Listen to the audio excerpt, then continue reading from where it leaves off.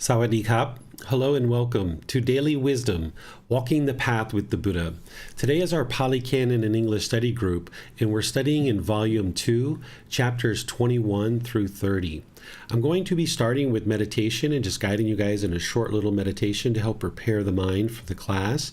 Then we'll go through and have a student read, or I will read the individual chapters, and then I'll share teachings on each individual chapter before I open up to any questions that you guys might have on each individual chapter. I'd like to welcome all of you and invite you to join for meditation. If you're in a place where you're maybe sitting, lying, or standing, these are the three positions that probably work out well for online learning. You'd like to just make your lower body and the hands and arms nice and comfortable. And then the upper body should be nice and erect. This keeps the mind attentive and alert during the meditation. Next, just close the eyes and start breathing in through the nose and out through the nose. Here you're just establishing the breath. Breathing in and out. I'm going to ease this into meditation with some chanting, and then I'll be back with some light guidance just to help you get further into meditation. Arahang Samma Sambuddho Mahakeva Hotang Mahakavanhang Apivateyami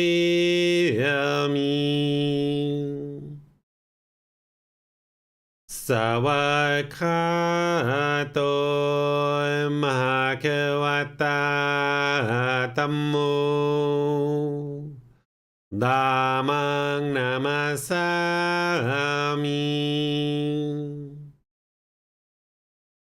Supatipano Mahakavato Sāvaka Saṅkho Saṅghang Namami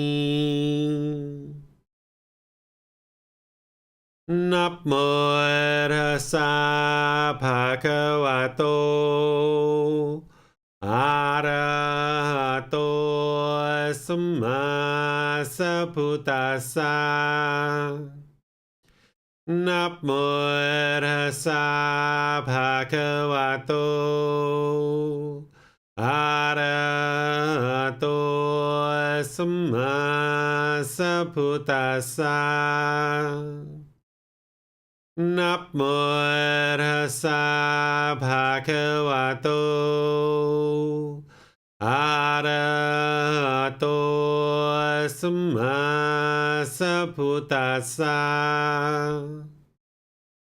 Iti Pisu Mahakava Arahang Samma Sambuddho Vicacaranang Sammuno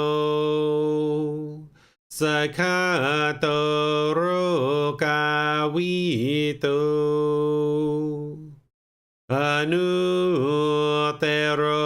Purisa Dhamma Sati Satatawa Manusarang Hoto Bhagavati.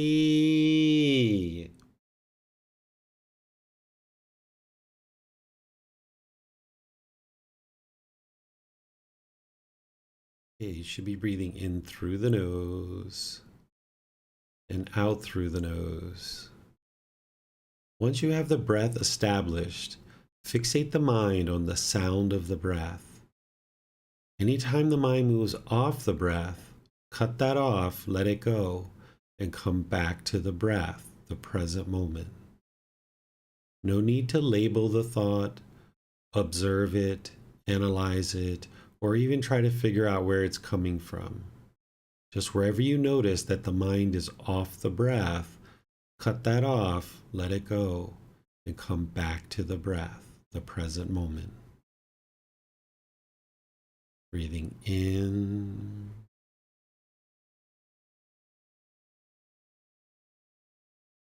and out.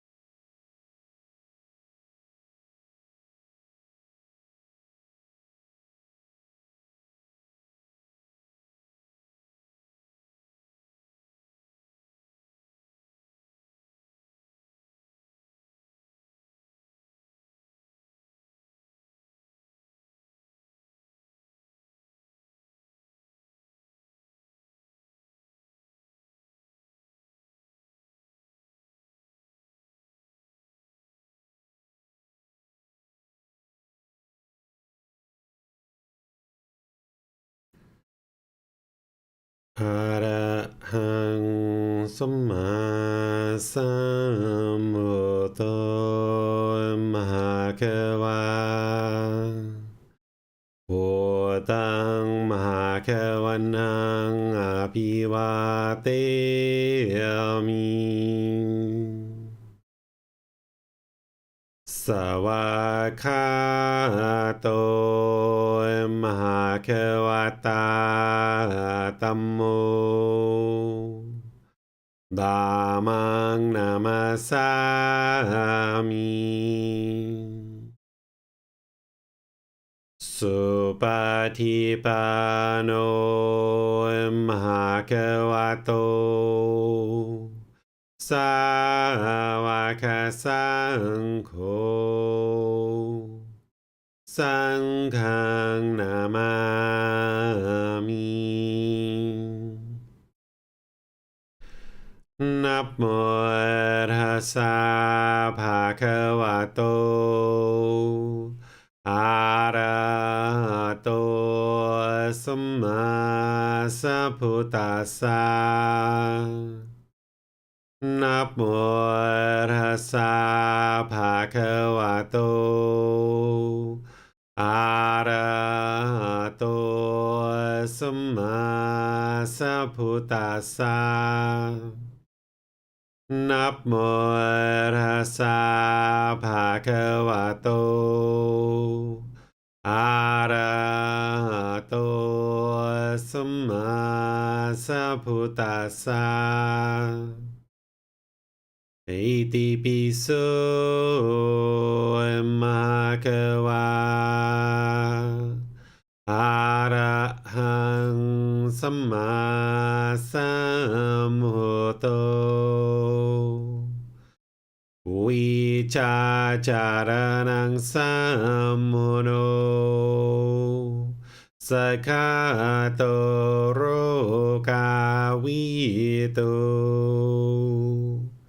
อนุเตโรภูริสาดามาสติสัตตาตาวามานุสนังโหโตภะคะวาติ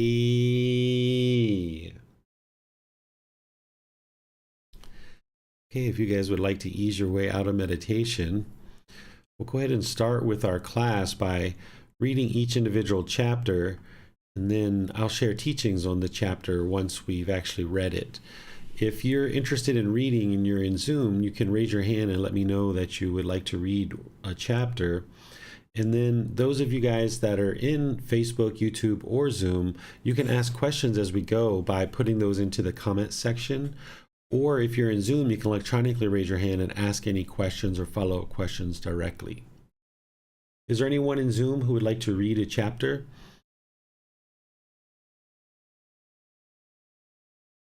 Okay. Looks like Khaldun, you'd like to go ahead and read the first chapter? 21.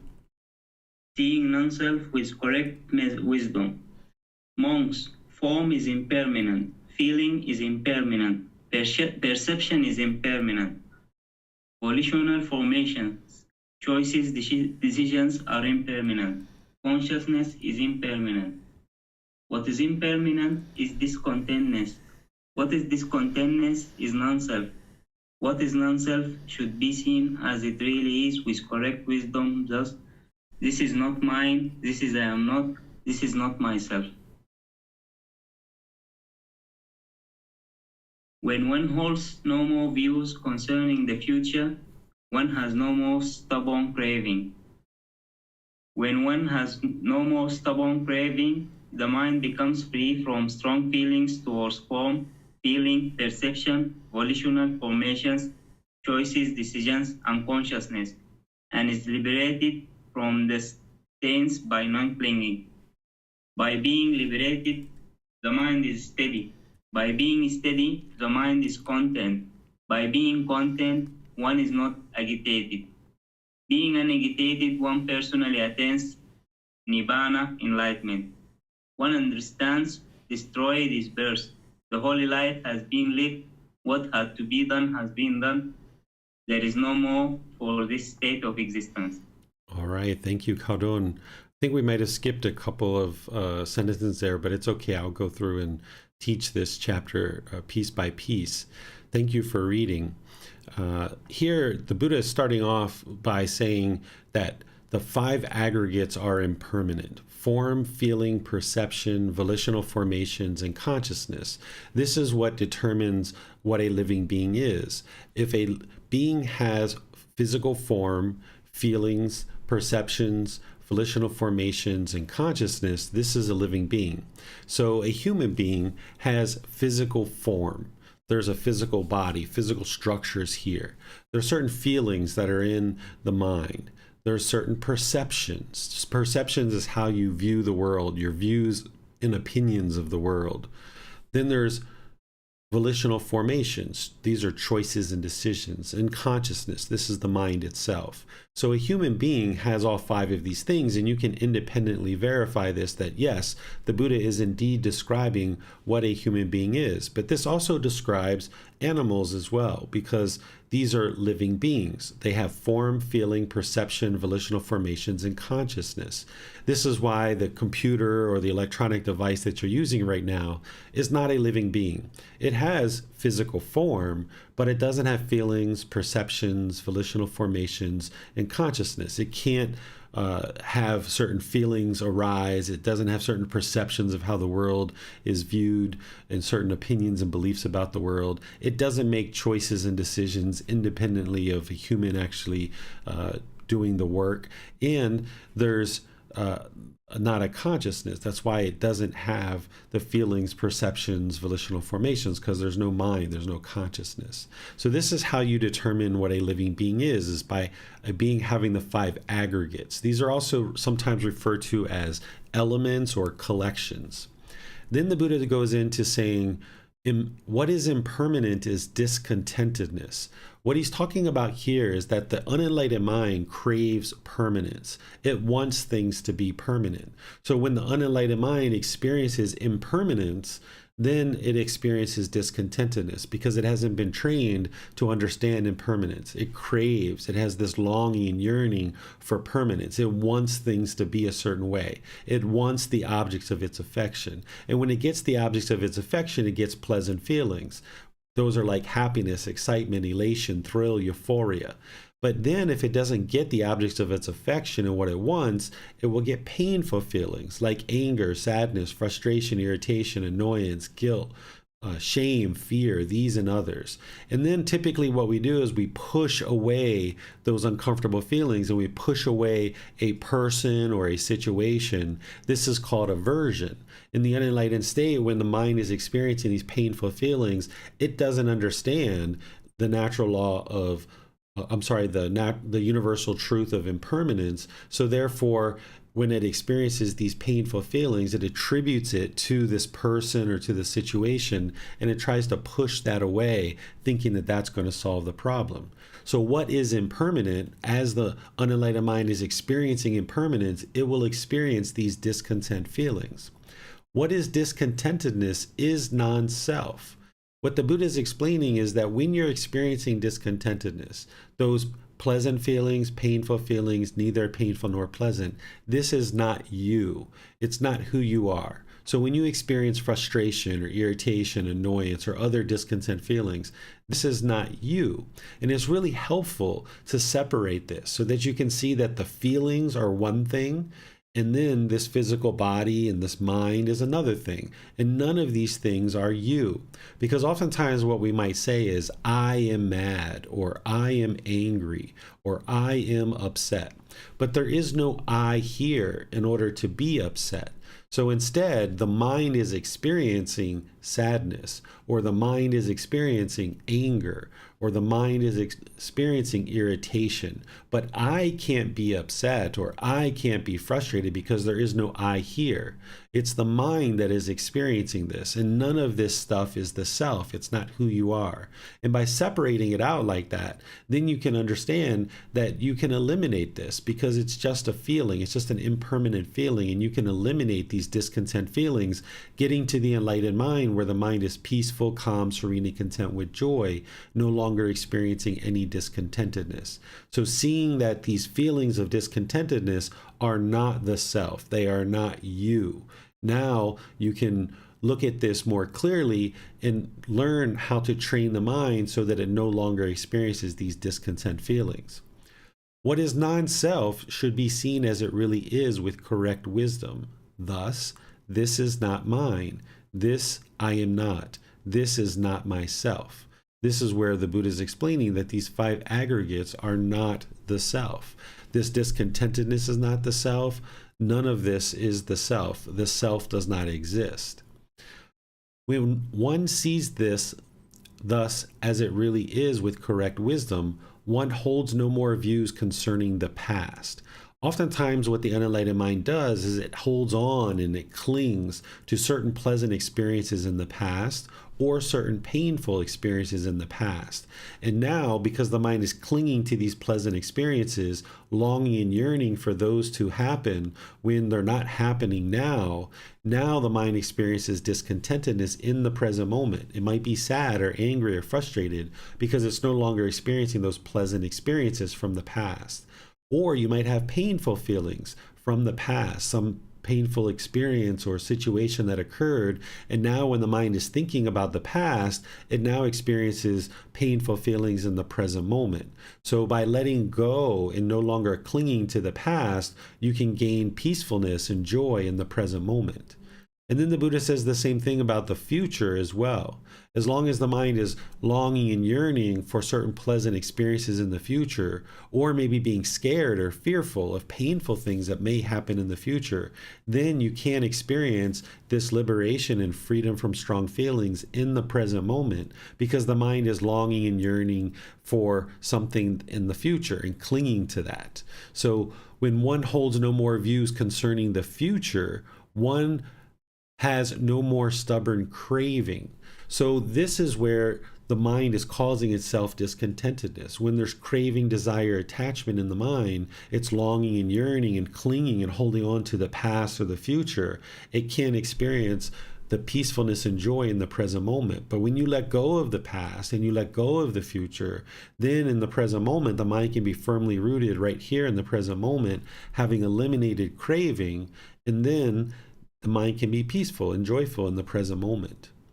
When one has no more stubborn craving, the mind becomes free from strong feelings towards form, feeling, perception, volitional formations, and consciousness, and is liberated from the taints by non-clinging.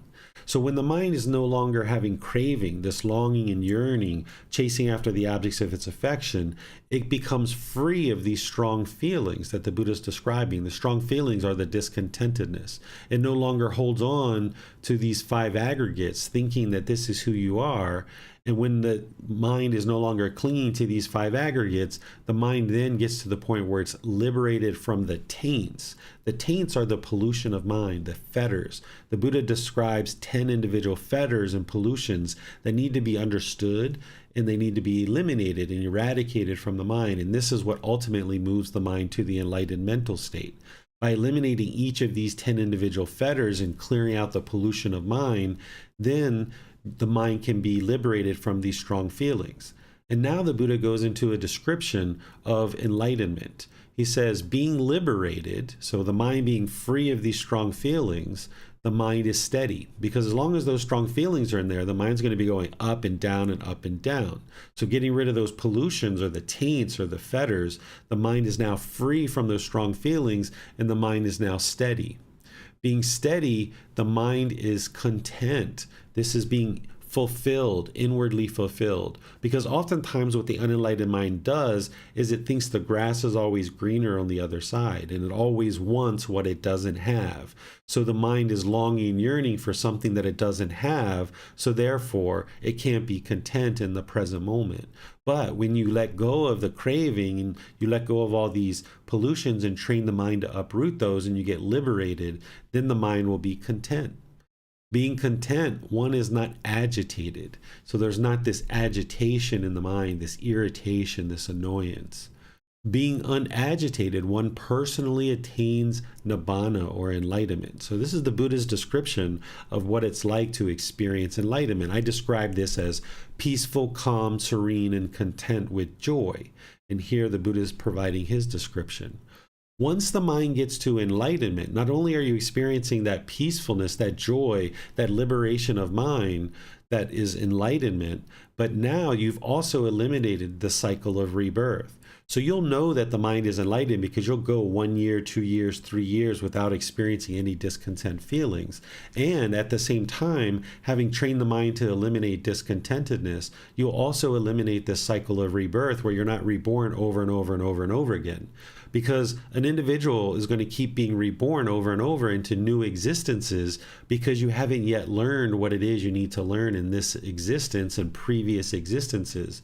The mind is still holding on, it's still clinging, it's still craving, it's still longing, yearning, it still wants something, it still expects something. So by getting to this enlightened mental state, not only do you experience this liberation or freedom from strong feelings, steadiness, contentedness, being unagitated, but the mind then understands that you've destroyed birth. There's no longer going to be birth. So therefore, there's no longer going to be death. You're not trapped in this constant cycle of rebirth because you've lived the holy life. You've lived life through training the mind and getting to this enlightened mental state. What had to be done has been done. You've done the work. You've independently gone on this journey with the guidance of teachers and the resources to help you to actually train the mind and get to this point where the mind is now liberated from discontentedness. What had to be done has been done. There is no more for this state of existence, meaning you're no longer experience this constant rebirth. There's no longer going to be existence because you've gotten to enlightenment, you fully trained the mind, there's no more craving, there's no more discontentedness, the mind's not holding on to anything. You fully cultivated the wisdom of how to get to enlightenment. What questions do you guys have on this chapter? Remember, you can put those into Facebook, YouTube, or Zoom, and we'll be able to see those and be sure your questions get answered.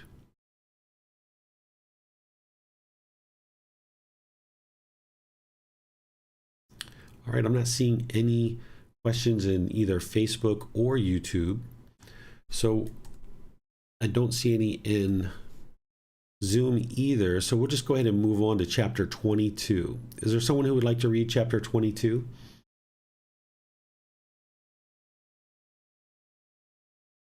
All right, go ahead, Khaldun. Is it okay for me to read every time? Sure, you can read them all if you like. One who is engaged in unliberated, one who is disengaged is liberated. Monks, one who is engaged is unliberated. One who is disengaged is liberated. Consciousness, monks, while standing might stand engaged with form, based upon form, established upon form, with a sparkling of excitement. It might come to growth, increase, and expansion.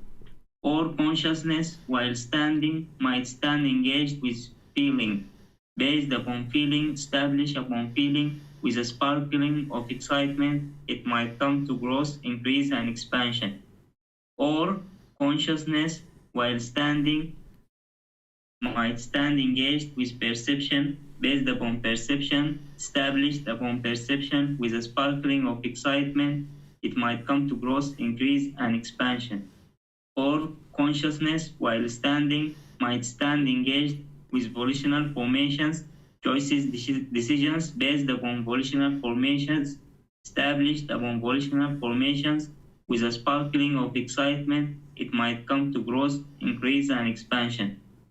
Monks, though Someone might say separated from form, separated from feeling, separated from perception, separated from volitional formations. I will make known the coming and going of consciousness, its passing away and rebirth. Its growth, increase, and expansion is impossible. Monks, if a monk has abundant desire for the form aggregate with the abandoning of craving, the basis is cut off. There is no support for the establishing of consciousness.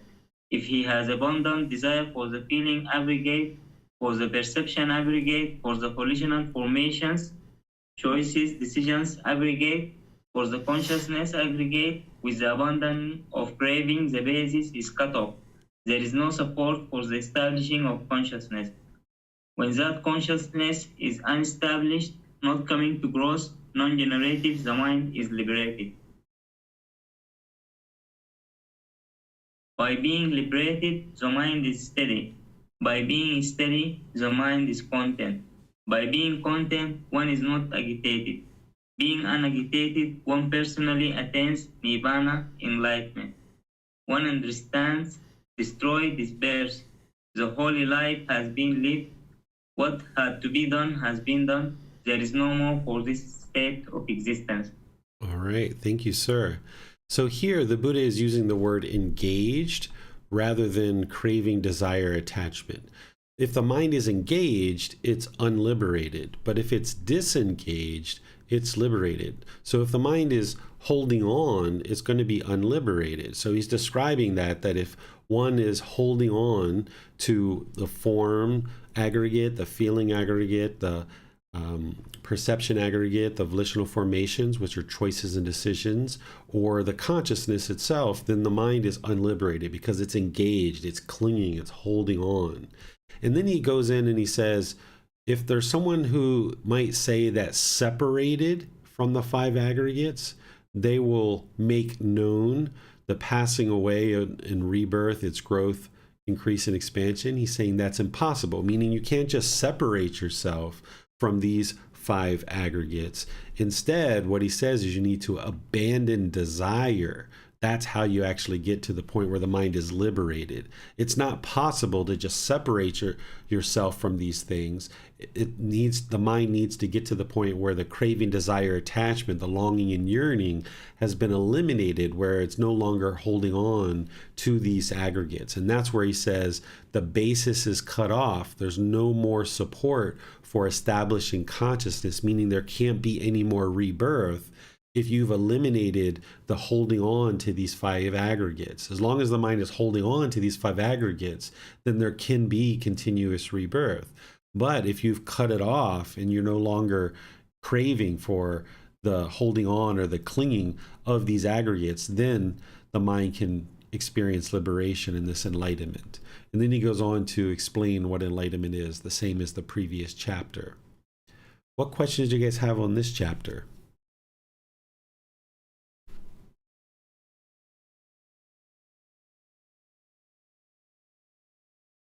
All right, I'm not seeing any questions here on Facebook, YouTube, or in Zoom, so we can go ahead and move on to the next chapter. This is chapter 23. Right and wrong refugee. They go to many a refugee, to mountains and forests, to parks and tree shrines, people threatened with danger. That's not the secure refugee, not the supreme refugee. That's not the refugee having gone to which you gain release from all discontentness and stress. But when having gone to the Buddha, the teachings, and the community for refugee, you see with right wisdom the Four Noble Truths. Stress, the cause of distress, the transcending of stress, and the Noble Eightfold Path, the way to the stilling of stress. That's the secure refugee. That's the supreme refugee. That's the refugee having gone to which you gain release from all discontentness and stress. All right, thank you. So here the Buddha is describing how when people experience, fear, or they have a threat of danger, they might run to the mountains or the forests or to parks or tree shrines thinking that this is going to provide protection. That's what a refuge is. If there's a refuge, then it's providing you protection. And the Buddha is saying that the mountains, the forests, the parks, the tree shrines can't provide you safety from the fear that's in the mind. He's saying that's not the secure refuge, because those places, just moving the mind to those places, you're not going to be able to eliminate the release of all discontentedness and stress. Instead, what eliminates and protects the mind, provides this refuge, is when you have confidence in the Buddha, the teachings, and the community. Because when you have confidence in the Buddha that he was fully enlightened, a perfectly enlightened Buddha, you have access to his teachings and you build confidence in those, and you're part of a community. Now you are having the three jewels, or the triple gem, or the triple jewels, where you now have confidence in the Buddha, the teachings, and the community. This is how you remove doubt, is by investigating the teachings of the Buddha and get to the point where you've seen so much progress in the condition of the mind that you now have confidence in the Buddha, the teachings, and the community. And ultimately, you'll gain confidence in your teacher, and you'll gain confidence in your own ability to attain enlightenment, because you will have seen the progress that you've made on the past, and you'll see the improvement to the condition of the mind. And having gone to the Buddha, the teachings, the community, having confidence in them, what you would be doing is studying the teachings and getting more and more wise about what's leading to this discontentedness, so that then you can eliminate it. And this is where the Buddha is guiding you to the Four Noble Truths, because it's the Four Noble Truths which is the very beginning of the path. This is where you establish right view. Without understanding and deeply practicing the Four Noble Truths, you wouldn't be able to make your way towards enlightenment, because you don't yet know what is discontentedness, the cause of discontentedness, the elimination of discontentedness, and the way forward to completely eliminate discontentedness. Here, the word stress is being used instead of discontentedness, and the cause of stress, the transcending of stress, and then the way forward is the Eightfold Path. That's the core central teaching that everything else plugs into. So anybody who's making an effort and has a sincere goal of getting to enlightenment through the teachings of the Buddha, we need to understand this core central teaching of the Eightfold Path. And that's where you learn how to train the mind and go forward towards enlightenment. And then his other teachings will plug into that. And the Buddha is saying this is the secure refuge, because that's when the mind is fully protected. When the mind has eliminated all the pollutions, those 10 fetters, and is now fully practicing the teachings as an enlightened being, the mind is protected. Now it will never experience fear ever again, or all of these other discontent feelings. You'll never experience the anger, the frustration, irritation, annoyance, guilt, shame, fear, boredom, loneliness, shyness, resentment, jealousy. All these discontent feelings in others are completely eliminated. So that's the real protection that the Buddha is describing. It's not the mountains or, the tree shrines, the forest, and things like this. It's having confidence in the Buddha, the teachings, and the community, because now you will have had to deeply understand the teachings and train the mind to be able to gain that confidence. And he says that's the supreme refuge. And then as you go to that refuge of the Buddha, the teachings, and the community for protection, you gain release from all discontentedness and stress. That's where all discontentedness is eliminated from the mind, and the mind is experiencing enlightenment. What questions do you guys have on this chapter?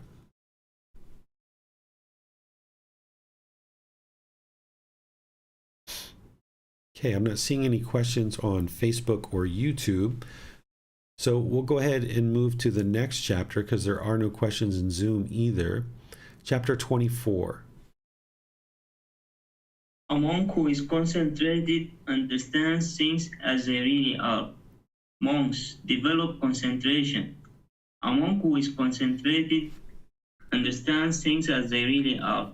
And what does he understand as it really is?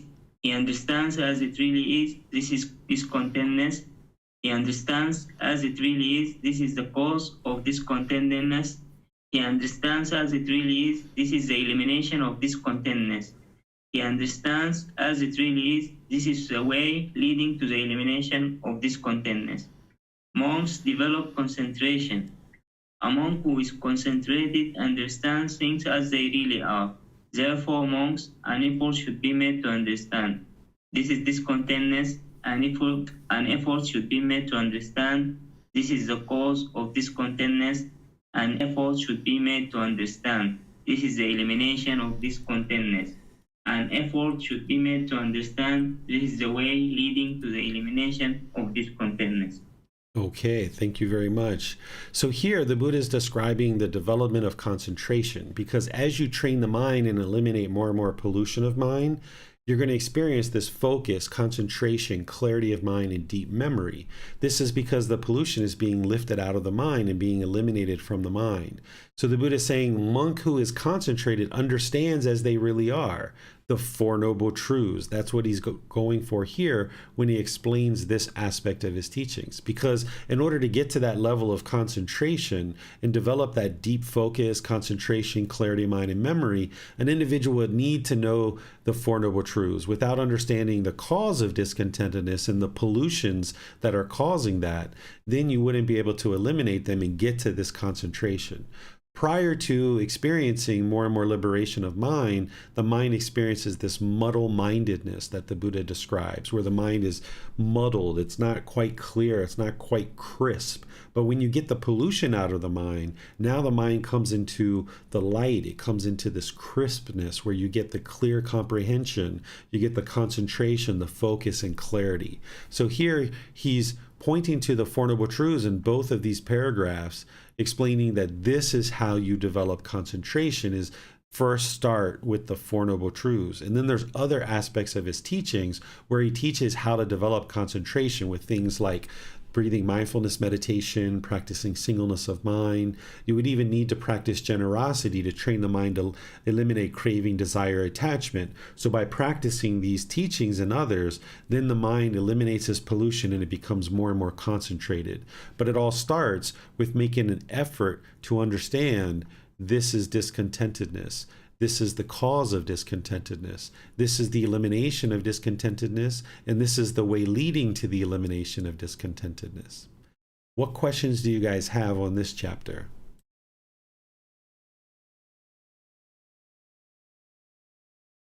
Okay, I'm not seeing any questions here. So let's move on to the next chapter, which is chapter 25. Gradual progress in these teachings and discipline. It's possible, Brian, to describe gradual training, gradual practice, and gradual progress in these teachings and discipline. Just as Brahmin, when a clever horse trainer obtains a fine through bred colt, he first makes him get used to wearing a bit, and afterwards trains him further. So when the Tathagata obtains a person to be tamed, he first guides him thus: come, monk, be virtuous, practice moral conduct, restraint with the restraint of the guidelines of these teachings. Be perfect in conduct and determination, and seeing misery in the slightest fault, train by undertaking the training precepts. When Brahmin the monk is virtuous, practicing moral conduct and seeing misery in the slightest fault, trains by undertaking the training precepts, then the Tathagata guides him further. Come, monk, guard the doors of your sense bases, on seeing a form with the eye not grasping at its signs and features, since if you were to leave the eye unguarded, evil, unwholesome states of craving and displeasure might invade you. Practice the way of its restraint. Guard the eye sense base. Undertake the restraint of the eye sense base. On hearing a sound with the ear, on smelling an odor with the nose, on tasting a flavor with the tongue, on touching a physical object with the body, on recognizing a mental object with the mind are explained in the same repetitive formulas. When Brahmin, the monk, guards the door of his sense bases, then the Tathagata guides him further. Come, monk, be moderate in eating, reflecting wisely. You should take food neither for amusement, nor for intoxication, nor for the sake of physical beauty and attractiveness, but only for the endurance and continuance of this body, for ending discomfort, and for assisting the holy life considering. Thus I shall terminate old feelings without entertaining new feelings, and I shall be healthy and blameless and shall live in comfort. When Brahmin the monk is moderating in eating, then the Tathagata guides him further. Come monk, be devoted to wakefulness. During the day, while walking back and forth and sitting, purify your mind of obstructive states. In the first watch of the night, while walking back and forth and sitting, purify your mind of obstructive states. In the middle watch of the night, you should lie down on the right side in the lion's pose, with one foot overlapping the other, mindful and fully aware, after noting in your mind the time for rising. After rising in the third watch of the night, while walking back and forth and sitting, purify your mind of obstructive states. When Brahmin, the monk, is devoted to wakefulness, then the Tathagata guides him further. Come monk, be possessed of mindfulness and full awareness. Act in full awareness when going forward and returning. Act in full awareness when looking ahead and looking away. Act in full awareness when flexing and extending your limbs. Act in full awareness when wearing your robes and carrying your outer robe and bow. Act in full awareness when eating, drinking, consuming food and tasting. Act in full awareness when defecating and urinating. Act in full awareness when walking, standing, sitting, falling asleep, waking up, talking and keeping silent. When Brahmin, the monk, possesses mindfulness and full awareness, then the Tathagata guides him further. Come monk, make use of a secluded resting place, the forest, the root of a tree, a mountain, a ravine, a hillside cave, a charnel ground, a jungle thicket, an open space, a heap of straw. He makes use of a secluded resting place, the forest, the root of a tree, a mountain, a ravine, a hillside cave, a charnel ground, a jungle thicket, an open space, a heap of straw. On returning from his alms round, gathering food after his meal, he sits down, folding his legs crosswise, setting his body erect and establishing mindfulness before him. Abandoning sensual desires for the world, he resides with a mind free from sensual desires. He purifies his mind from sensual desires. Abandoning ill will and hatred, he resides with mind free from ill will, compassionate for the welfare of all living beings. He purifies his mind from ill will and hatred. Abandoning complacency, he resides free from complacency, deeply understand of the light, mindful and fully aware. He purifies his mind from complacency. Abandoning restlessness and worry, he resides unagitated with a mind inwardly, peaceful. He purifies his mind from restlessness and worry. Abandoning doubt, he resides having gone beyond doubt, unconfused about wholesome states with confidence. He purifies his mind from doubt. Having thus abandoned these 5 hindrances, imperfections of the mind that weak in wisdom, quite distant from sense desires, distant from unwholesome mental states, enters and resides in the first jhana, which is with thinking and pondering, based in seclusion, filled with excitement and joy.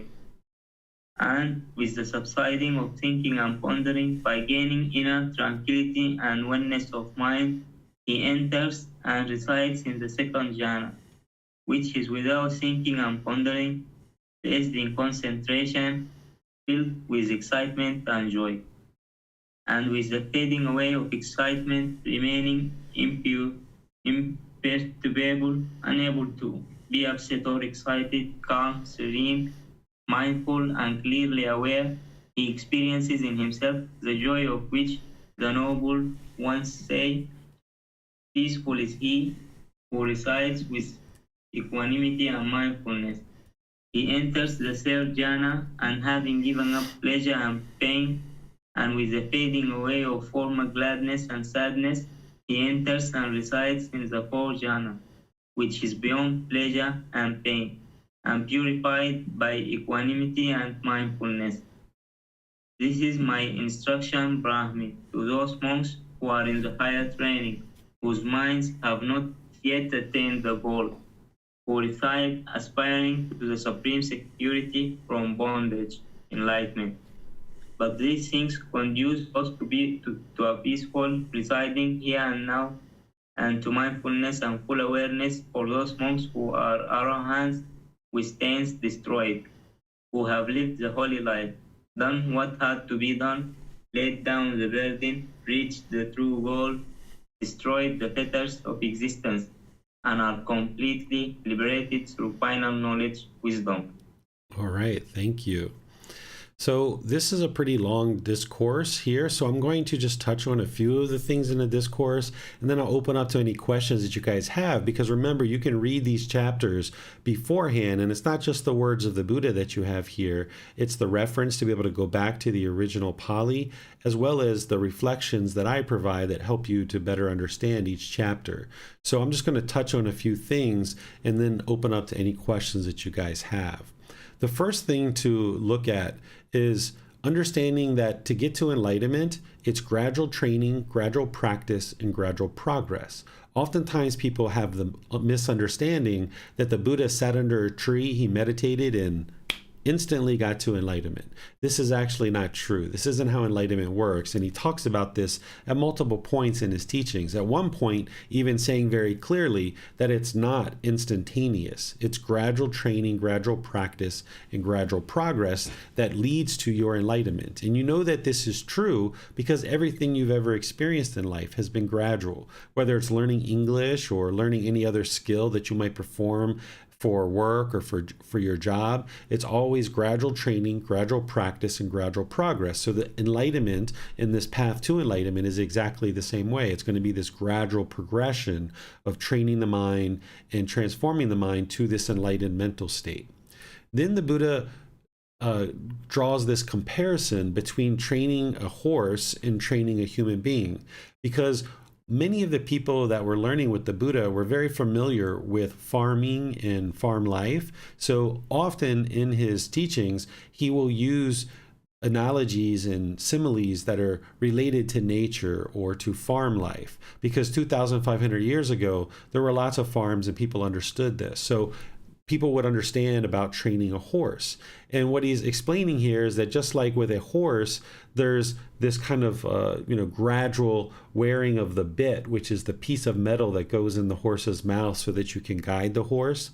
He's saying, okay, just like you kind of first help the horse get familiar with this bit in the mouth, he does the same thing. He has this kind of first aspect of training, and then he has a second aspect of training and a third aspect, and he progresses through explaining all these different aspects of his training. So the first part that he describes is that he teaches this virtuous moral conduct. Well, the very first thing that the Buddha talks about having taught, which is in the previous chapters, is impermanence and the Four Noble Truths. Those need to be learned first. So you're learning the three universal truths and the Four Noble Truths is where individual starts, and even understanding the Eightfold Path, because the Buddha describes the moral conduct in the Eightfold Path. So once an individual has that as a foundation, then he's going to encourage them to practice moral conduct, because the moral conduct of right speech, right action, and right livelihood is helping you to clean up your decisions about how you conduct yourself in the world. As long as you're causing harm through your moral conduct of your speech, your actions, and your livelihood, that harm is going to come back to you. So it's going to be very challenging for you to have a peaceful and joyful mind if you're harsh, aggressive, and hostile towards people through your moral conduct. then people are going to be harsh, aggressive, and hostile back to you. So by training your mind to practice the wholesome and virtuous moral conduct, you'll be able to then significantly reduce and ultimately eliminate the harm that you're causing in the world. So therefore, less and less harm will be coming back to you. And restraining the mind through understanding this moral conduct and then practicing it, seeing the slightest fault in any of the aspects of the moral conduct that you might end up not practicing, because each time you practice in a slightly unwise way, that's going to produce unwholesome results. But when you dial in your practice more and more closely to the Eightfold Path, and you're practicing the wholesome moral conduct with wise decision making, you'll experience the wholesome results of having practiced that moral conduct. And then the Buddha goes on to explain other aspects like sensual desire, eating in moderation, and things like this, being devoted to wakefulness, practicing mindfulness, and so forth. Eventually, he gets here where he talks about the 5 hindrances. These are the 5 hindrances to enlightenment. This is sensual desire, ill will, complacency, restlessness and worry, and doubt. Sensual desire is where the mind is longing and yearning and craving through the 6 sense bases, wanting agreeable contact so that you can have pleasant feelings. If you see things through the eyes that is agreeable to you, then you will get pleasant feelings in the unenlightened state. Or if you hear certain things that are agreeable, or you smell, or you taste, or you have bodily contact, or the mind itself experiencing contact through any of these 6 sense bases with agreeable contact, because there's craving in the mind only has certain things that it finds as agreeable. So therefore, if it's longing and yearning for agreeable contact, it can only experience pleasant feelings when it gets the objects of its affection. Then when it experiences this disagreeable contact, because it craves one particular thing, there's other things in the mind that are disagreeable to it. So therefore, it's going to experience painful feelings when it has disagreeable contact. But when you eliminate the craving, desire, attachment, no longer longing and yearning for certain things, then you can be peaceful and joyful all the time, because there's nothing that the mind wants versus another thing. As long as there's longing and yearning in the mind, it's going to only want certain things. And then when it doesn't get those, it's going to experience the painful feelings. So by eliminating craving, desire, attachment, you're eliminating sensual desire. And then if the mind doesn't get the objects of its affection that it's chasing after with sensual desire, it will oftentimes experience ill will. This is where the anger, hatred, and ill will arises in the mind, and now an individual might be bitter and harsh or aggressive through their moral conduct. And then oftentimes in the unenlightened state, we push people or situations away, thinking that this is going to solve the problem, when in reality, the real problem is the sensual desire and this ill will. These are pollutions of mind that need to be uprooted.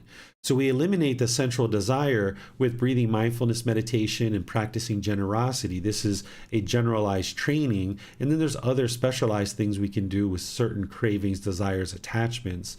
And then we use loving kindness meditation to break up the ill will and eliminate that from the mind. And then we practice loving kindness through our intentions, speech, and actions in daily life. Gradually, slowly but surely, you transform the mind away from sensual desire and ill will, and now you arise the wholesome qualities that are the exact opposites of these, which are generosity and loving kindness. And in order to accomplish that, you need to eliminate complacency. Complacency is where the mind has a lack of motivation, or it's dull or lethargic or uninterested in doing something. It's unmotivated. It doesn't have a willingness to take initiative and actually do something. The mind can be dull or lethargic or lazy. It doesn't want to come to learn these teachings. It doesn't want to come to class, perhaps. It doesn't want to meditate. It's not interested at all to pick up a book and read or ask questions or things like this. The mind just wants to sit back and kind of hide in the shadows and kind of be lazy and lethargic. So that's not going to produce enlightenment, because the mind isn't active and willing to apply effort to arise the initiative and motivation and enthusiasm that it needs to progress on the path. But also, if the mind is craving and longing and yearning and chasing after things and chasing after enlightenment, that's not going to work either. So you find this middle way where you set enlightenment as a goal, objective, or an interest, and you develop this energy, this enlightenment factor of energy, where you have motivation and encouragement towards the progression of your practice and developing your life practice to get closer and closer to enlightenment. So you need to arise this in the mind. And then there's this restlessness or worry. We might refer to this as anxiety today, where the mind is overactive and it's constantly obsessed about something. And it's just not content in the present moment. It's just having restlessness and worry. It's agitated. But you can get to the point where you arise equanimity, where there's calmness, composure. There's this mental temperament that is even in difficult situations. So by getting the mind to the point where it's no longer overactive and restless and worried, then the mind can be calm and content. And if there's doubt, this is the last hindrance of the 5 hindrances. Doubt is when you have doubt about the Buddha, the teachings, the community, your teacher, or your own ability to attain enlightenment. Whenever there's doubt that comes into the mind about any of these 5 things, then the mind's going to have difficulties. It's not going to be able to progress to enlightenment. So the way that you transform this is by arising confidence, that you investigate and examine the teachings of the Buddha. You don't believe them, but instead you reflect on his teachings to independently verify them. Then you practice them through your meditation and other aspects of the Eightfold Path. And as you're practicing, you see the gradual transitioning of the mind and the transformation of the mind, where it now becomes more focused, concentrated, clarity of mind, deep memory. You start having this peacefulness, this calmness, serenity, contentedness, and joy that's arising in the mind. And typically when someone first comes to the path to enlightenment, they do have some doubt. So you don't eliminate and abandon this doubt through blind belief or blind faith. Instead, you're investigating the teachings. And this doubt that typically is in the mind when somebody's first starting the path, and even after you get going for a few years. I've seen people that have studied this path for multiple years and still end up having doubt. Even after 3, 4, 5 years, they still get to the point where they end up having doubt because they just haven't put forth enough effort due to complacency and observing that the mind is actually improving. So this doubt that's in the mind when you're first starting, you can actually harness it, because if the mind is having doubt, that can motivate an inquisitive mind. That can create an inquisitive mind where now you investigate the teachings. Whereas if you just have doubt and you turn away from the teachings, then yes, this is going to be a hindrance to you. But the way that you transform it to beneficial is you harness this doubt and then train the mind to be inquisitive about the Buddhist teachings. And now you train in them through learning, reflecting, independently verifying, and practicing. You can eliminate this doubt because you see the condition of the mind gradually improving. And these are called the 5 hindrances because they're the 5 hindrances to enlightenment. And the number 1 hindrance is ignorance, or the unknowing of true reality. But the Buddha doesn't list this as one of the 5 because it's in the fetters and it's well known through dependent origination and other teachings that this ignorance or the unknowing of true reality is the main thing that's keeping the mind in the unenlightened state. It just doesn't understand what it doesn't understand. And one of the challenges is that there's that ego in there, there's that conceit in there in the unenlightened mind, and oftentimes the mind has so much arrogance and pride or judging others, or this measuring and comparing, thinking that it's above others, that it just doesn't understand what it doesn't understand. So by training the mind to not believe the teachings and investigating them, then you can transform that ignorance into wisdom. And this is where the mind is gradually transformed, because as you gain more and more wisdom about this path to enlightenment and how to train the mind, then you can eliminate craving and anger. But as long as ignorance is in the mind, you wouldn't be able to eliminate all of these other fetters because you don't even know that they exist. You don't know what they are. You can't see them arising. Oftentimes when people's sensual desire or ill will is arising, they can't actually see it for themselves. Or if they have a certain amount of ego or conceit, they can't see that when it's arising. And this is where a teacher becomes very beneficial, is that a teacher can observe these things, and you can have other members of your community observe this, and you can get help with these kind of things. So the 5 hindrances are going to hinder someone from getting to enlightenment, and that number one hindrance is the unknowing of true reality, the ignorance.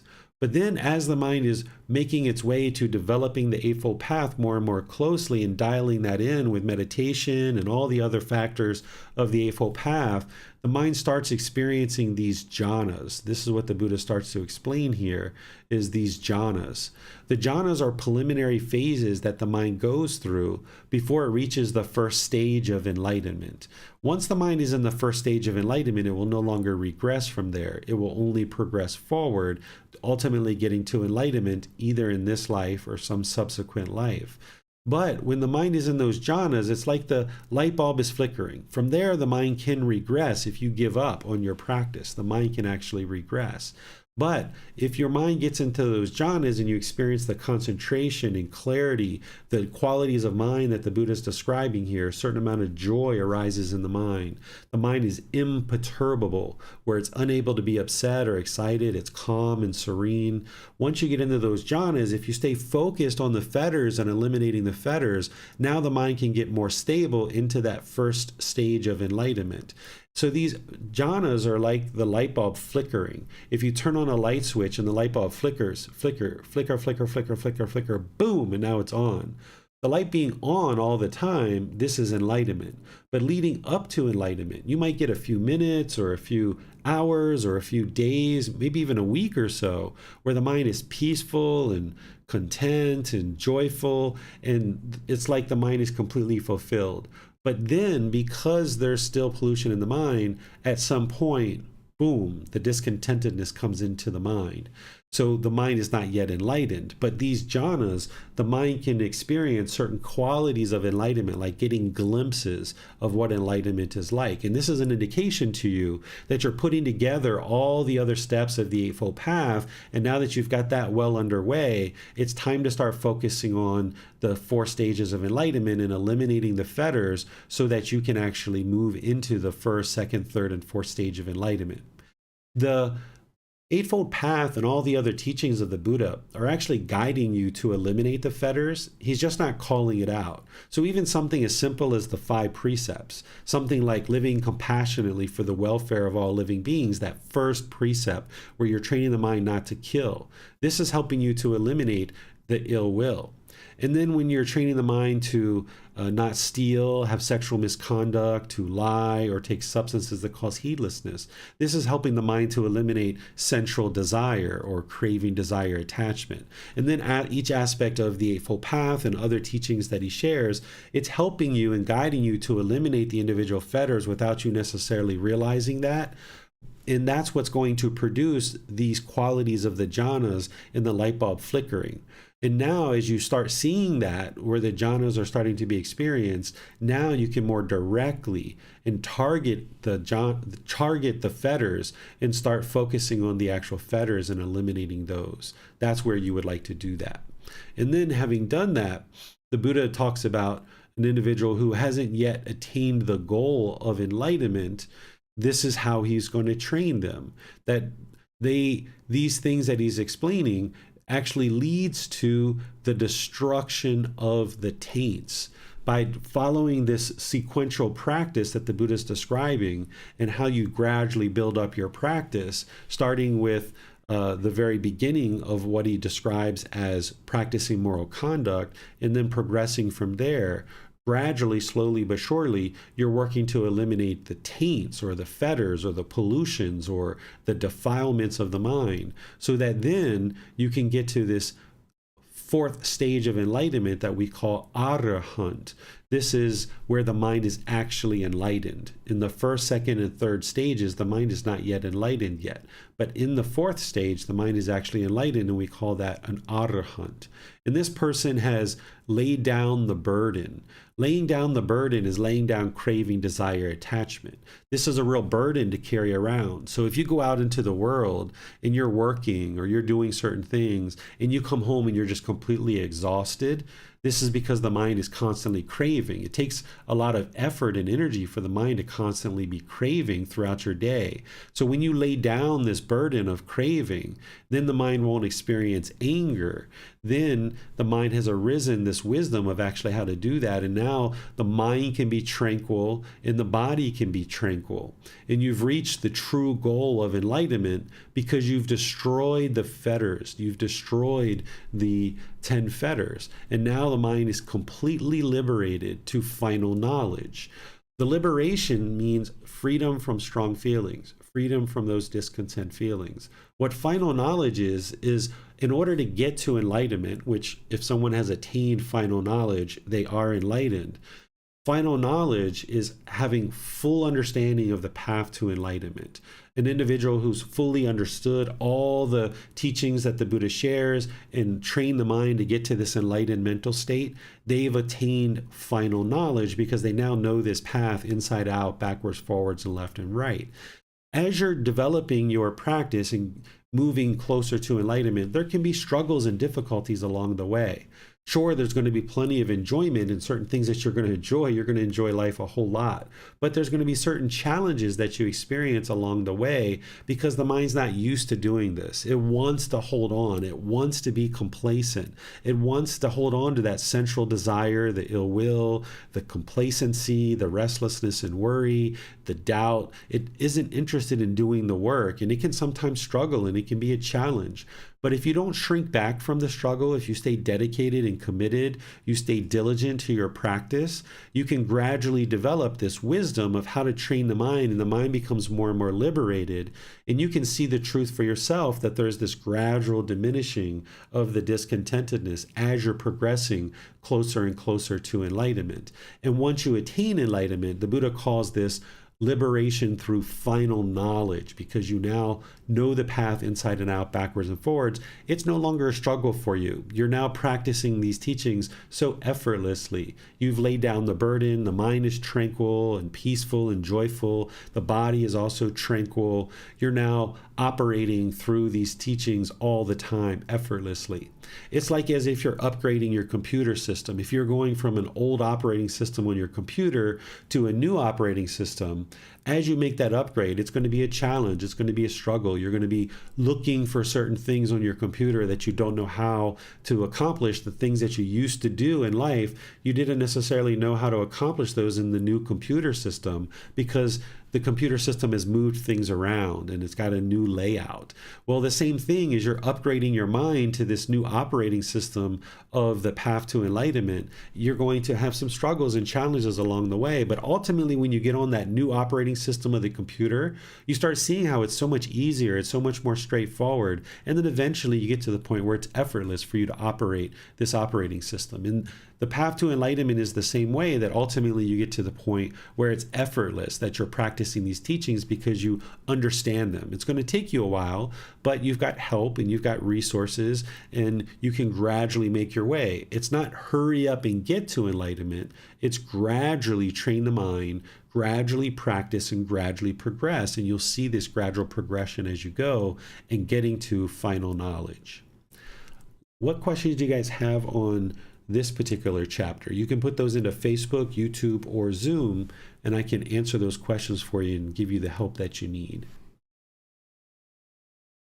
I don't see any questions on Facebook or YouTube, and I don't see any in Zoom either. So we'll just go ahead and move to the next chapter, which is, this is a very long one that I wrote about, chapter 26. Simile. That's simile. Simile of a young infant. Suppose a young infant boy, unwise, lying on his back, were to put a stick or pebble in his mouth because of his nurse's lack of attention. His nurse would quickly attend to him and try to take it out. If she could not quickly take it out, she would press the boy's head with her left hand and, hooking a finger of her right hand, she would take it out even if she had to draw blood. For what reason? There would be some distress for the boy, this I don't deny, but the nurse has to do so for his good and welfare, out of compassion for him. However, when the boy has grown up and has enough sense, the nurse would be unconcerned about him, thinking the boy can now look after himself, he won't be careless. So too, so long as a monk is still not accomplished in confidence, in cultivating wholesome qualities, in a sense of moral wrongdoing, in cultivating wholesome qualities, in moral concern, in cultivating wholesome qualities, in energy, in cultivating wholesome qualities, and in wisdom, in cultivating wholesome qualities, I must still look after him. But when that monk is accomplished in confidence, in cultivating wholesome qualities, in a sense of moral wrongdoing, in cultivating wholesome qualities, in moral concern, in cultivating wholesome qualities, in energy, in cultivating wholesome qualities, and in wisdom, in cultivating wholesome qualities, then I am concerned about him, thinking, the monk can now look after himself, he won't be careless. All right. Thank you, Kadon. So here the Buddha is describing this analogy or this simile between a young infant and his students. When a young infant is born, it lacks wisdom. It doesn't understand certain aspects of life, and it might put certain things in its mouth.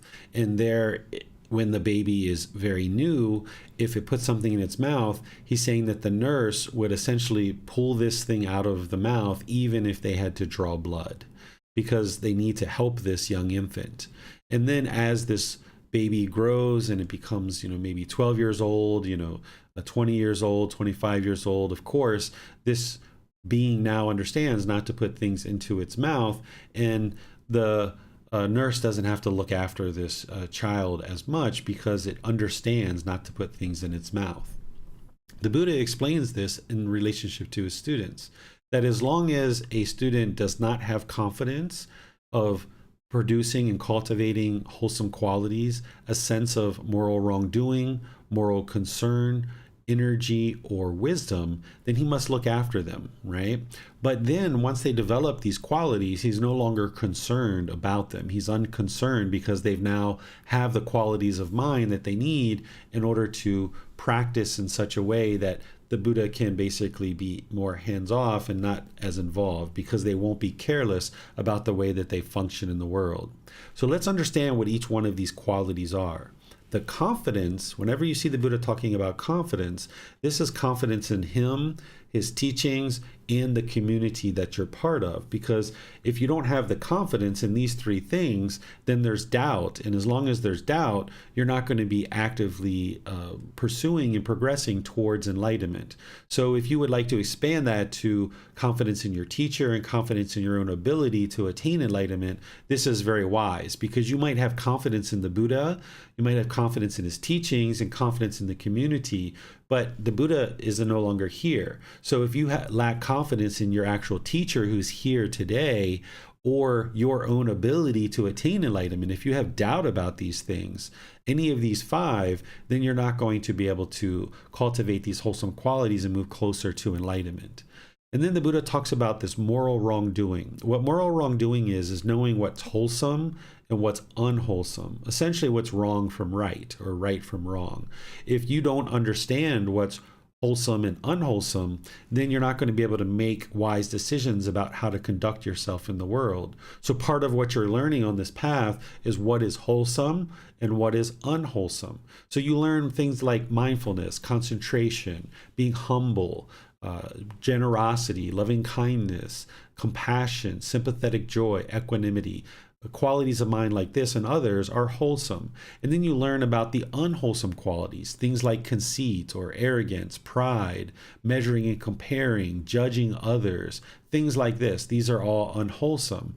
And as long as your mind doesn't understand the wholesome from unwholesome, and there's a lot of others besides these, then you're going to continue to make unwise decisions. Once you understand the moral wrongdoing of what's wholesome and unwholesome, then you start to develop this moral concern, where you're concerned and you're not interested in doing unwholesome things because you know that doing unwholesome things would be unwise because it's just going to lead to unwholesome results. So you find yourself with moral concern being more and more interested in making wise decisions to produce wholesome outcomes. And you have that moral wrongdoing of knowing what's wholesome and unwholesome. Then you'll need to arise this energy, this motivation, this enthusiasm, where the mind is not complacent, where you have a willingness to do something, that you apply initiative, because it requires motivation and enthusiasm. It requires initiative, a willingness to do something, to meditate on a consistent basis, to practice generosity on a consistent basis, to come to classes on a consistent basis, to read books on a consistent basis, all of these things that you need, reaching out to your teacher for help and guidance. There's multiple things that you'll need to do in order to move the mind closer and closer to enlightenment. So you'll need this enlightenment factor of energy in order to help you get to the point where you're able to practice the teachings and you're not just complacent or lethargic or dull or lacking motivation. Then the Buddha finally talks about wisdom. This is the wholesome quality of all wholesome qualities, because it's wisdom that really sets everything into motion. Without learning the teachings, reflecting on them to independently verify them, and practicing them, you wouldn't be able to actually get to wisdom. So that's why I teach not to believe anything that I share. You should never believe anything that I share, anything that you see me write about in books, anything that I teach you. You shouldn't believe any of this stuff. Instead, you learn it, you reflect on it, and you practice it. And that's what actually leads to the cultivation of wisdom and leads to enlightenment. Because you need the wisdom of how to eliminate something like craving and anger. You need the wisdom of how to eliminate confidence. How to cultivate confidence. You need the wisdom of how to cultivate moral wrongdoing and moral concern, and how to develop this energy in the mind, how to practice meditation, and all these other teachings like the Eightfold Path and others. So it's the wisdom that's allowing you to develop all the different facets of the path. And the Buddha is explaining that once someone has confidence, moral wrongdoing, moral concern, energy, and wisdom, then he's not concerned with them because they have the basic faculties that they need in order to progress closer and closer to enlightenment. And he knows that this individual who's developed that won't be careless. What questions do you guys have on this chapter?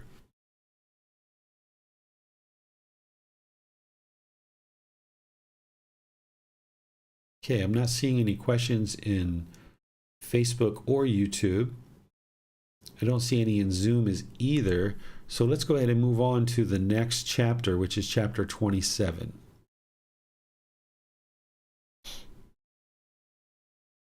Okay.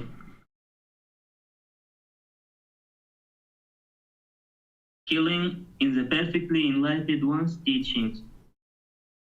Kissy, you are well known to be a horse trainer. Just how do you guide a horse to be tamed?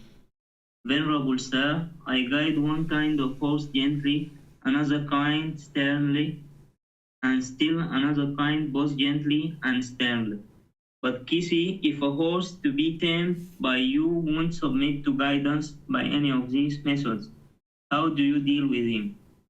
Venerable sir, if a horse to be tamed by me won't submit to guidance by any of these methods, then I kill him. For what reason? So that there will be no disgrace to my teaching organization. But Venerable sir, the perfectly enlightened one is the unsurpassed trainer of persons to be tamed. Yes, how does the perfectly enlightened one guide a person to be tamed? I guide one kind of person gently, another kind sternly, and still another kind both gently and sternly. This Kissy is a gentle method. Such is bodily wholesome conduct. Such the result of bodily wholesome conduct such is verbal wholesome conduct, such is the result of verbal wholesome conduct, such is mental wholesome conduct, such is the result of mental wholesome conduct, such are the heavenly beings, such human beings. This is the stern method. Such is bodily misconduct, such is the result of bodily misconduct, such is verbal misconduct, such is the result of verbal misconduct, such is mental misconduct, such the result of mental misconduct, such is hell, such is the animal realm, such is the realm of afflicted spirits. This is the gentle and stern method. Such is bodily wholesome conduct, such the result of bodily wholesome conduct, such is bodily misconduct, such the result of bodily misconduct, such is verbal wholesome conduct, such the result of verbal wholesome conduct, such is verbal misconduct, such the result of verbal misconduct, such is mental wholesome conduct, such the result of mental wholesome conduct, such is mental misconduct, such is the result of mental misconduct. Such are the heavenly beings, such are human beings, such is hell, such the animal realm, such the realm of afflicted spirits. But Venerable Sir, if a person to be tamed by you won't submit to guidance by any of these methods, how does the perfectly enlightened one deal with him? If a person to be tamed by me won't submit to guidance by any of these methods, then I kill him. But Venerable Sir, it isn't allowable for the perfectly enlightened one to destroy life. Yet he says, then I kill him. It's true, Kessi, that it isn't allowable for the Tathagata to destroy life. However, when a person to be tamed won't submit to guidance by the gentle method, the stern method, or the method that is both gentle and stern, then the Tathagata thinks he should not be spoken to and instructed. And his wise fellow monks too think he should not be spoken to and instructed. For this Kessi is killing in the noble one's teachings. The Tathagata thinks one should not be spoken to and instructed. And one's wise fellow monks too think one should not be spoken to and instructed. All right, thank you. This is a teaching where the Buddha is explaining how he guides his students, and once again connecting it to a horse trainer, because this horse trainer is saying that he has a gentle method, a stern method, and a gentle and stern method. And if his horse doesn't submit to this training and to be tamed, then he kills the horse, because he's not interested in a poor reputation coming to his organization of teaching and guiding horses, because then his reputation will be damaged and he won't be able to make an income. So the Buddha explains that he actually has these same exact methods as well, that he has this gentle method of explaining what is wholesome and then explaining the results of being unwholesome. So he explains the bodily, verbal, and mental conduct and the results of that conduct, so that then this is the gentle method. So you can just see the truth for yourself very easily. Then he talks about this stern method, where he also explains the misconduct and the result of this misconduct, but then he also connects it to the rebirth in the lower realms of hell, animal realm, and the realm of afflicted spirits. Then he talks about the gentle and stern method, where he combines these two things together, where he's explaining the wholesome conduct and the result of this wholesome conduct, as well as the misconduct. But then he also uses and explains rebirth into the lower realms as part of what will be the results if one doesn't practice in the proper way. And then this horse trainer asks the Buddha, well, what do you do if they don't follow your guidance? And the Buddha says, well, I kill them. Killing to the Buddha is to no longer teach a individual, because living during the lifetime of a Buddha is the best absolute time to live and be alive, because you have the best chance to get to enlightenment, because a Buddha is going to have deep wisdom about the path to enlightenment. And this would be your best time to learn directly from an actual Buddha. And to not have that opportunity and for someone to not be taught by the Buddha, then that person is essentially dead to the Buddha, right? It's not in an angered way. It's not in a resentful way. He's not pushing them away, but he's just choosing not to speak to the person and not teaching them, because a Buddha has a limited amount of time that they need to help as many people as possible get to enlightenment. And a Buddha is only interested in spending time with those people who are deeply committed to understanding his teachings and then getting to enlightenment, because that's going to ensure the longevity of their teachings and ensure they actually get to the hearts and the minds of individuals who are actually going to do something with those teachings, and then actually practice them in training their mind, and then continue to share the teachings long after a Buddha's actually died. So if there's somebody who's not taking the guidance and actually doing something with it, it's really just a waste of time for a Buddha to teach that individual. So the Buddha is saying, okay, if somebody's not responding to my guidance, I just stop talking to them and stop guiding them. That way he'll be able to spend time focused on the individuals that are truly interested in learning and getting to enlightenment and progressing further. He can actually invest time, effort, energy, and resources into the people that are actually willing to do the work and interested to do the work. What questions do you guys have on this chapter?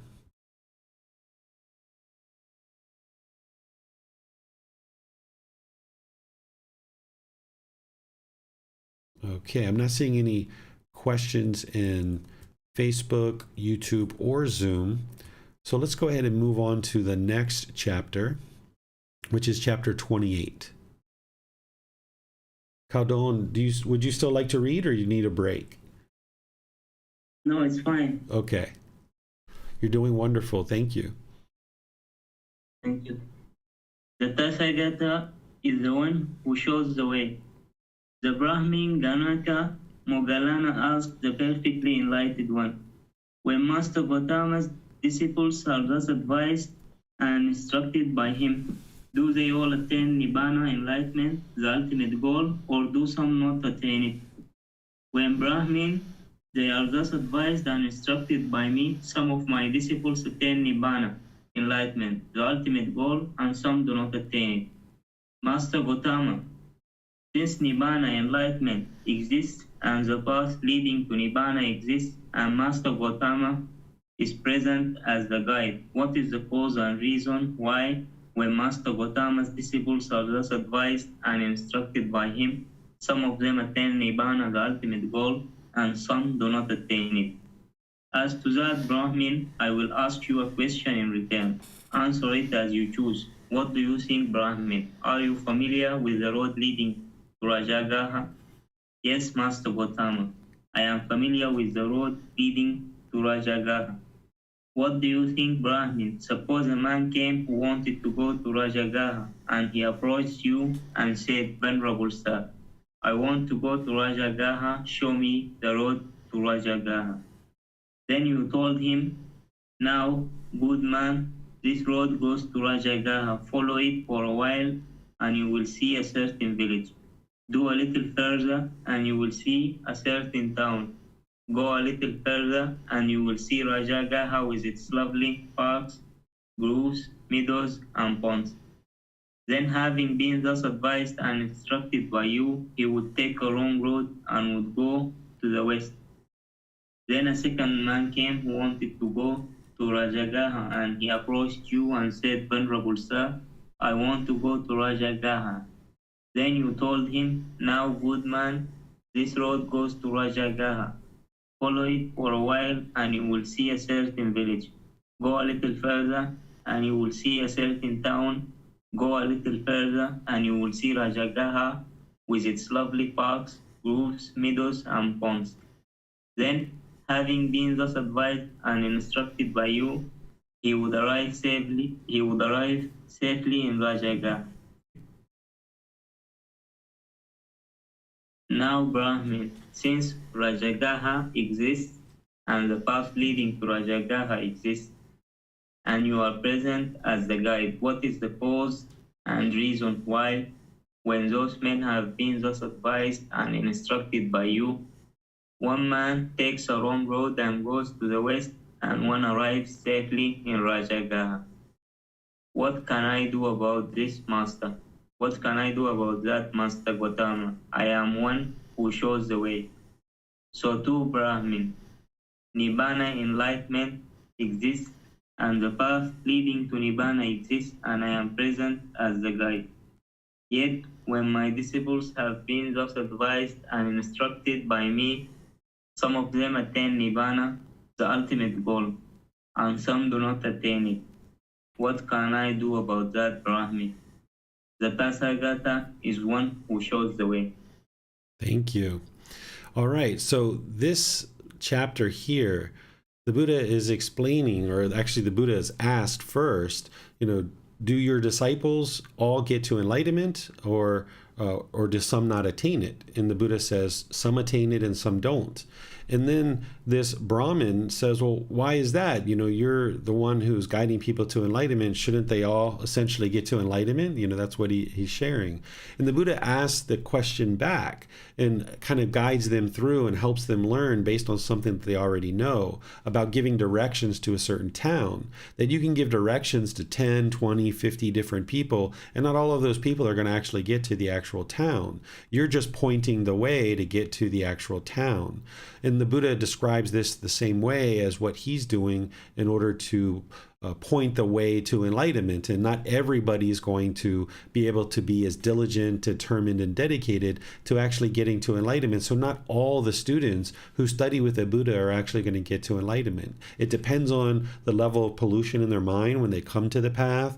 It depends on their determination and diligence of when they are on the path, and it depends how committed they are to actually developing their practice and practicing as the Buddha is actually explaining. So not everybody is going to get to enlightenment that studies with a Buddha, but surely there'll be countless people that do get to enlightenment during the lifetime of a Buddha because their wisdom is so deep and so profound. So the Buddha is helping this Brahmin to understand the answer that the Buddha is going to deliver by asking the Brahmin questions about something he already knows, because he already knows the answer that the Buddha is going to explain. But rather than just saying, I'm the one who points the way, he's actually walking him through a scenario so that this Brahmin can see for himself the truth. Because oftentimes the unenlightened mind, it's not willing to see the truth. Even if a teacher just tells you the truth, you might struggle to actually be able to see that truth. So oftentimes a teacher will guide a student to the truth by asking them questions. And this is a very skillful way to guide an unenlightened mind to seeing the truth, because when you're teaching yourself through a rising wisdom that you currently have about a certain topic, then you're more likely to heed that advice and understand that advice. What questions do you guys have on this chapter? You can put those into Facebook, YouTube, or Zoom. Okay, Kadon, you have a question? You can go ahead. I get sometimes during the day, I get the buzz and whistle in my head. I want to know about that. Okay, so as somebody is making their way to enlightenment and they're eliminating pollution of the mind, you can experience this ringing in the ears. This is very common, and it's not permanent. It comes and goes, but usually when it's quite quiet or you're meditating, it's a lot more profound and it's a lot stronger. The Buddha talks about this during his teachings, and people who are either close to enlightenment or enlightened may experience this. The Buddha talks about it as basically sounds of the heavenly realm. And as the mind is becoming more and more enlightened, you're becoming more and more wholesome. The mind's becoming more and more pure. So you're hearing this frequency that not everybody actually hears. Some people will go off to the doctor thinking that they have some kind of illness or some kind of problem with their body, but it's actually not an actual problem. It's actually indication that the mind is being trained and the pollution is coming out of the mind, and now there's this ringing. But it's not real strong. It can be strong at different times, but it's not typically very strong. It's very subtle, very light. And then the more that you train your mind, you'll get more and more accustomed to it, and you won't hear it all the time. Oftentimes it's only when you're meditating or when things are very still or very quiet and there's not much ambient sound around, you'll be able to hear this light little ringing in the ears. So this is an indication that things are going well if you're starting to hear that. Okay. Looks like we don't have questions on YouTube, and we don't have any on Facebook. There's people that are saying hi. So hi to all of you guys out there in Facebook land and other parts of the internet. So let's go ahead and move to the next chapter, which is chapter 29. The simile of the great log. Do you see, monks, that great log being carried along by the current of the river Ganges? Yes, venerable sir. If, monks, that log does not veer towards the near shore, does not veer towards the far shore, does not sink in midstream, does not get cast up on high ground, does not get caught by human beings, does not get caught by non-human beings, does not get caught in whirlpool, and does not become inwardly rotten. It will slant, slope, and incline towards the ocean. For what reason? Because the current of the river Ganges slants, slopes, and inclines towards the ocean. So too, monks, if you do not veer towards the near shore, do not veer towards the far shore, do not sink in midstream, do not get cast up on high ground, do not get caught by human beings, do not get caught by non-human beings, do not get caught in a whirlpool, and do not become inwardly rotten. You will slant, slope, and incline towards Nibbana, enlightenment. For what reason? Because right view slants, slopes, and inclines towards Nibbana, enlightenment. When this was said, a certain monk asked the perfectly enlightened one, "What, venerable sir, is the near shore? What is the far shore? What is sinking in midstream? What is getting cast up on high ground? What is getting caught by human beings? What is getting caught by non-human beings? What is getting caught in a whirlpool? What is inward rottenness?" The near shore monk, this is a designation for the six internal sense bases. The far shore, this is a designation for the six external sense bases. Sinking in midstream, this is a designation for excitement and desire. Getting cast up on high ground, this is a designation for the conceit I am. And what monk is getting caught by human beings? Here someone lives in association with household practitioners. He rejoices with them and sorrows with them. He is happy when they are happy and sad when they are sad. And he involves himself in their affairs and duties. This is called getting caught by human beings. And what monk is getting caught by non-human beings? Here, someone lives the holy life with the aspiration to be reborn into a certain order of heavenly beings, thinking by this virtue or vow or austerity or holy life, I will become a heavenly being or one among the heavenly beings. This is called getting caught by non-human beings. Getting caught in a whirlpool, this monk is a designation for the five forms of sensual pleasure. And what monk is inward rottenness? Here someone is immoral, one of unwholesome character, of impure and suspect behavior, secretive in his acts, no ascetic soul claiming to be one, not a celibate soul claiming to be one, inwardly rotten, corrupt, wicked. This is called inward rottenness. All right, thank you, Caldon. This is a pretty detailed simile, which I've gone through in other group learning or other Pali Canon and English study groups.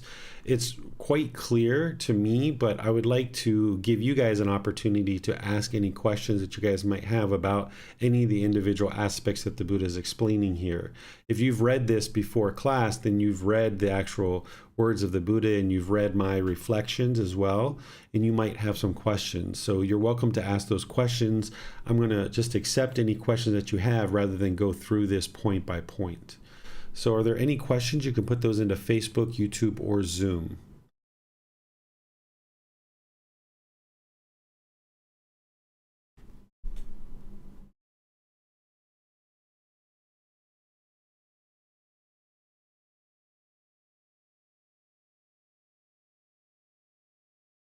Okay, I'm not seeing any questions related to this chapter. I see someone who's asking some questions. I'll answer those after class. If there's any questions, you guys can put those into the comment section, or you can raise your hand in Zoom and I'll call on you to be sure you get your questions asked. I don't see any questions related to this chapter. So I guess we'll go ahead and move on to the next chapter, which is the last one for today, chapter 30. You can go ahead and read that one, Caldon, if you like. Monks, in the past, a tortoise was searching for food along the bank of a river one evening. On that same evening, a jackal was also searching for food along the bank of that same river. When the tortoise saw the jackal in the distance searching for food, it drew its limbs and neck inside its shell and passed the time keeping still and silent. The jackal had also seen the tortoise in the distance searching for food. So he approached and waited close by, thinking, when this tortoise extends one or another of its limbs or its neck, I will grab it right on the spot, pull it out and eat it. But because the tortoise did not extend any of its limbs or its neck, the jackal, failing to gain access to it, lost interest in it and departed. So two monks, Mara, the evil one, is constantly and continually waiting close by you, thinking perhaps I will gain access to him through the eye or through the ear or through the nose or through the tongue or through the body or through the mind. Therefore, monks reside guarding the doors of the six sense bases, having seen a form with the eye, having heard a sound with the ear, having smelled an odor with the nose, having tasted a flavor with the tongue, having touched a physical object with the body, having recognized a mental object with the mind, do not grasp its signs and features. Since if you leave the eye sense based unguarded, the ear sense based unguarded, the nose sense based unguarded, the tongue sense based unguarded, the body sense based unguarded, the mind sense based unguarded, evil unwholesome states of craving and displeasure might invade you. Practice the way of its restraint. Guard the eye sense based, the ear sense based, the nose sense based, the tongue sense based, the body sense based, the mind sense based. Undertake the restraint of the eye sense based, the ear sense based, the nose sense based, the tongue sense based, the body sense based, and the mind sense based. When monks, you reside guarding the doors of the six sense bases, Mara, the evil one, failing to gain access to you, will lose interest in you and depart, just as the jackal departed from the tortoise. Drawing in the mind's thoughts, as a tortoise draws its limbs into its shell, independent, not harassing others, fully extinguished. A monk would not blame anyone. All right. Thank you so much, Caldon. That was really kind of you to read all those chapters. So here, yes, you're welcome. Here, chapter 30, the simile of the tortoise. The Buddha is using the analogy of a tortoise, which has six individual limbs. It has its head, it has its two legs, and has a tail. That using this story of the tortoise to represent the sense bases, and then the jackal is representing Mara, this evil, unwholesome being that is looking to cause calamity in the world. Some traditions might refer to this as the devil or Satan. This is a real being that actually exists and is attempting to motivate unwholesome things in the world. It's ultimately your decision of what actually occurs in your own life, but this being is going to constantly be attempting to influence you and gain access to you through these sense bases of the eyes, ears, nose, tongue, the bodily contact, and the mind. Because if you can be drawn into a certain sensual desire through one of these sense bases, then it's going to hinder you from getting to enlightenment, and you will cause unwholesome results because you're making unwise decisions as the mind is longing and yearning and craving through these sense bases. So just like the tortoise saw the jackal and it pulled in its limbs and just waited patiently, and eventually the jackal lost interest and left, the Buddha is saying the same thing. That is, if you draw in your 6 sense bases and keep them guarded, Mara will lose interest in you and will go on. And then you don't need to face that unwholesome influence from Mara. So the way that this might look in daily life is, say that you're working on eliminating a craving for shopping, and you know that you constantly shop. Maybe you're in debt. Maybe every time you go to the mall, you keep buying things, and the mind is having difficulties controlling this. And maybe you get on this path to enlightenment. You're starting to train the mind with breathing mindfulness meditation and generosity, along with other steps on the Eightfold Path. And now, rather than choosing to go to the mall, where you're putting your mind in a situation where it could potentially long and yearn and actually buy something, maybe instead you choose to stay home and read a book, or you go for a walk, or you go for a bike ride, or you go over a friend's house or something like this. This is a way that you can restrain the mind and pull it back, and then you can be guarding the mind. Another example is if you are trying to eliminate the craving and yearning and longing for alcohol or drugs, and you know there's certain friends that you spend time with in the past doing this, certain bars that you would go to. So it would be unwise for you to walk past those bars or go get involved with those friends and other things, because there's a tendency for the mind to be influenced and lean towards taking intoxicants and substances that cause heedlessness. So you can guard the mind in these situations. Another example might be if you are trying to reduce or eliminate your sexual cravings, and you're surfing Facebook or you're searching on other social media, and you see a certain image of an individual that looks so handsome or looks so beautiful. Rather than clicking on that image and following it and, getting all enamored with whatever images that you're seeing of this beautiful human being or this handsome human being, instead just keep scrolling and keep scrolling, keep scrolling. Don't allow the mind to indulge in looking at images and pictures that are going to arise this sexual craving in the mind that might make you feel influenced to go out and actually have sexual contact with somebody other than your partner.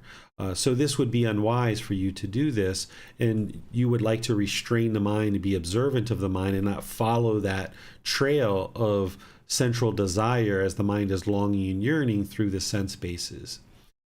So this is like drawing in the limbs of the tortoise, and the jackal loses interest and goes away. Mara does the same thing. The more you can restrain the mind and then guard the mind through guarding the 6 sense bases, now Mara will lose interest in you. And you'll also gradually eliminate your cravings, desires, attachments. But always keep in mind that this being Mara is there attempting to influence you, but it's ultimately your decision. So you'll be able to control your mind when you train your mind. If you're not training your mind, you wouldn't be able to control it, and Mara would be easily able to influence you. But still, in that situation, it's your decisions. So what questions do you guys have on this? You can put that into Facebook, YouTube, or Zoom. Or in Zoom, you can raise your hand electronically and ask any questions or follow-up questions directly. All right, I'm not seeing any questions from any of those places. I will just close up class by letting you guys know that next class, we're going to be in the next 10 chapters. So now we just covered chapters 21 through 30. The next class, we're going to be in chapters 31 through 40. So if you'd like to read those ahead of time, that can really help you, because here in class, we're only reading the words of the Buddha, and I'm only teaching to a certain level of detail. But in those books, I've gone through in detail and written out a really detailed reflection of how to understand each individual chapter. So you're going to gain so much more benefit by reading the entire chapter before and or after class. We're only reading the words of the Buddha in class, and I'm only teaching to a certain level of detail, but in the book I've gone through and explained it in a lot of detail, oftentimes including other teachings that you might need to be able to understand the current chapter that you're looking at. So by you doing some reading before and or after class, it'll really strengthen your understanding of each one of these chapters and thus help you better understand the path to enlightenment. Tomorrow in the group learning program, I'm going to be teaching chapter 1 of volume 1. This is where the book starts, essentially the preface, and then chapter 1, where I share the universal teachings of love, no harm, and good morals. This is where I'm going to help you see some connections between the various traditions that you might have been exposed to that led to you now deciding that you would like to practice the teachings of the Buddha on the path to enlightenment. This Wednesday, we're going to be in the second part of our 4-part series of loving kindness meditation. So you're welcome to watch either of these classes and participate live, or you can watch the replay, because these are all recorded in Facebook, YouTube, and in our podcast. So I'd like to thank all of you for joining. I'd like to thank Dawn for reading. I think you did an excellent job. This is wonderful. Perhaps in the future, some others might be able to also help with reading, because that'll allow us to have a more full class. And then if you guys are preparing ahead of time, you might come to class with a certain number of questions that will also help the discussion along, and you guys will get a lot more benefit out of the actual discussion and having a real study group where we're actually studying each individual chapter based on maybe clarifications that you guys need as part of your study. So thank you all. I'll see you guys in one of these future classes. Have a very lovely and wonderful rest of your day. Take care. Sawadee krap.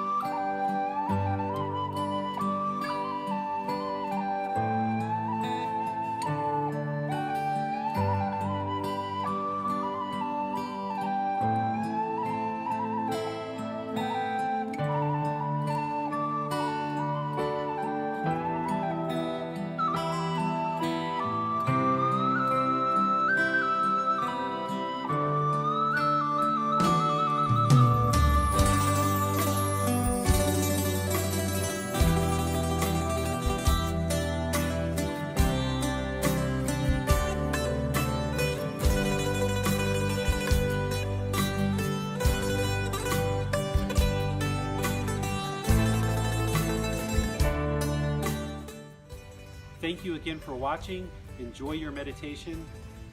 Look forward to seeing you online and answering any questions that you might have. Thank you so much.